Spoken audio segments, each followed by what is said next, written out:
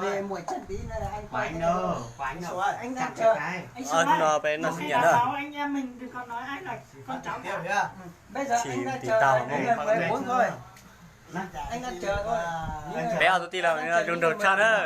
Chúng ta tàu hầm bia. Đúng rồi, anh đang chờ nữa. qua đúng không? Được chưa đâu? Con nói người chờ chứ nó chờ lấy lo chờ nữa. Coi là cái nọc mà thái Chào. sánh chọc tới bên luôn chưa? tao chưaอยากcũng là Chí chào thành phố.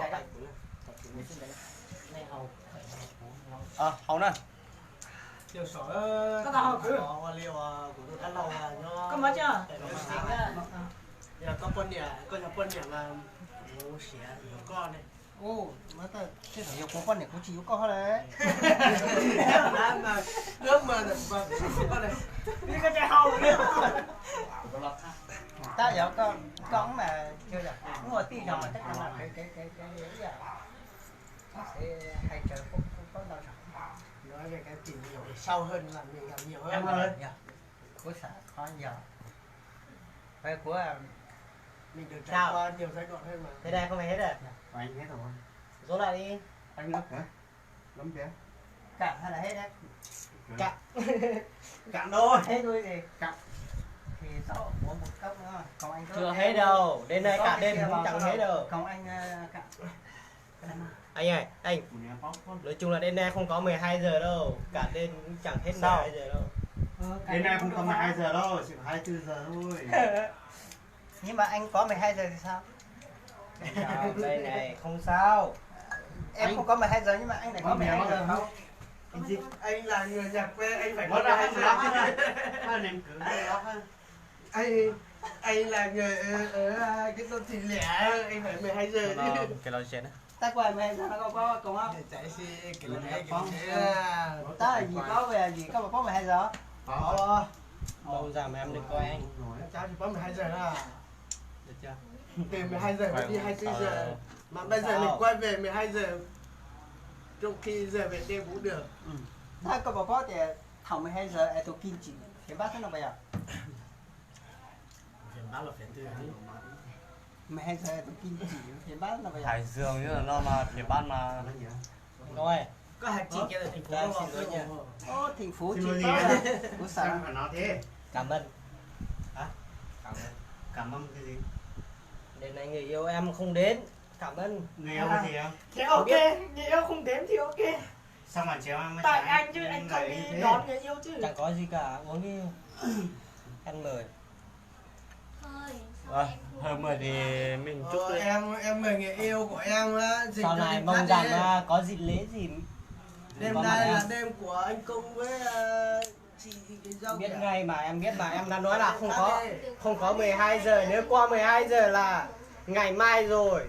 Nên mà em đã bảo là không có 12 giờ, chứ đêm nay cả đêm không có. Ok. Như là đùa Ok, ai? em Ôi trời chỉ có 12 giờ, bây giờ lòng với chỉ có 12 giờ. 12 giờ không biết nhưng mà đêm nay em nói thẳng là Anh có khi sẽ ăn đồ 12 giờ. chị bao ấy Sẽ không có Các con 12 giờ thì đi một bao à? ốp bạn ấy đâu về đấy chỉ có 24 thôi. em bảo em đi vệ sinh má. Vệ sinh mà. Nó đi vệ sinh. Em giúp hộ cho. Có thể gì mà có 12 giờ à? Có 12 giờ mới tới. Bố ơi chị kiếm vừa tới cho 24 giờ thích lái. Có chỉ phát trực tiếp à? 24 giờ mà cũng chỉ bắt tới giờ Mà sai chúng ta thì sai mà sai. Đúng không? Bắt ít thôi em ơi. Mình già rồi. Nhớ nhá, tiền nhà đi là được nhá. Phát có phát Không phải đuổi. Sửa muộn thôi, đánh ngủ thôi. anh muốn sao đi cô có khối nói Bỏ bỏ của mười thôi à? anh Bỏ 10 chân nhau à? Em mời nha. Em uống rồi. Uống à? Em uống Nó rồi. không biết nhưng mà anh Cạn luôn à? không phải cặn mà để lại cái cốc thôi. không phải cạn nhưng mà để lại cái khó đúng không Là thứ nhất. Câu thứ hai mà. Có thứ ba. Anh thì có thứ ba rồi. Em ba có là thứ kia. hai. Em tao còn chưa uống này. Em ra ngoài thì em có thứ hai. Còn anh em không nhớ nữa nhưng mà anh nhớ là anh rồi. hết hai cốc rồi Em thì có thứ ba con rồi này đó. thì đấy Thì anh đã bảo là có thứ ba rồi đó. Ừ. Còn em ra ngoài em Uống không? Anh uống cạn nhá. uống cạn thôi không Không có uống đá hết đâu đâu. nhưng mà từ từ nhá Từ thôi làm như em này. Ok. cho anh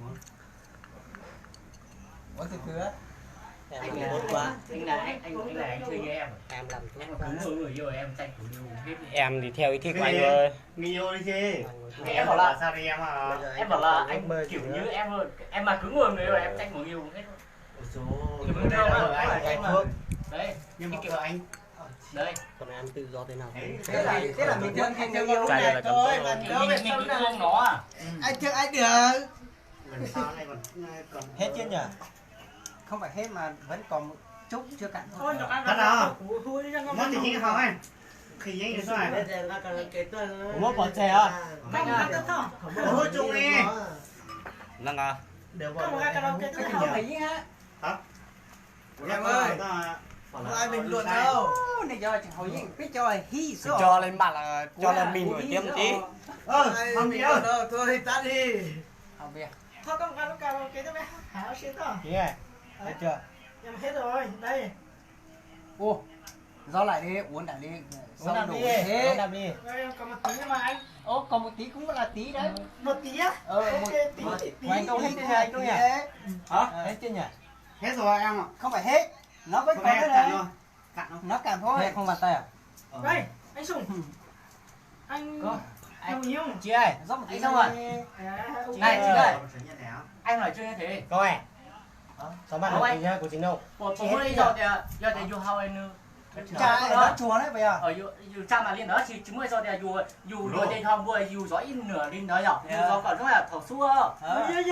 Không, em hồi có chi thôi. Có xả thì Chi thế? nó chạy rồi sao?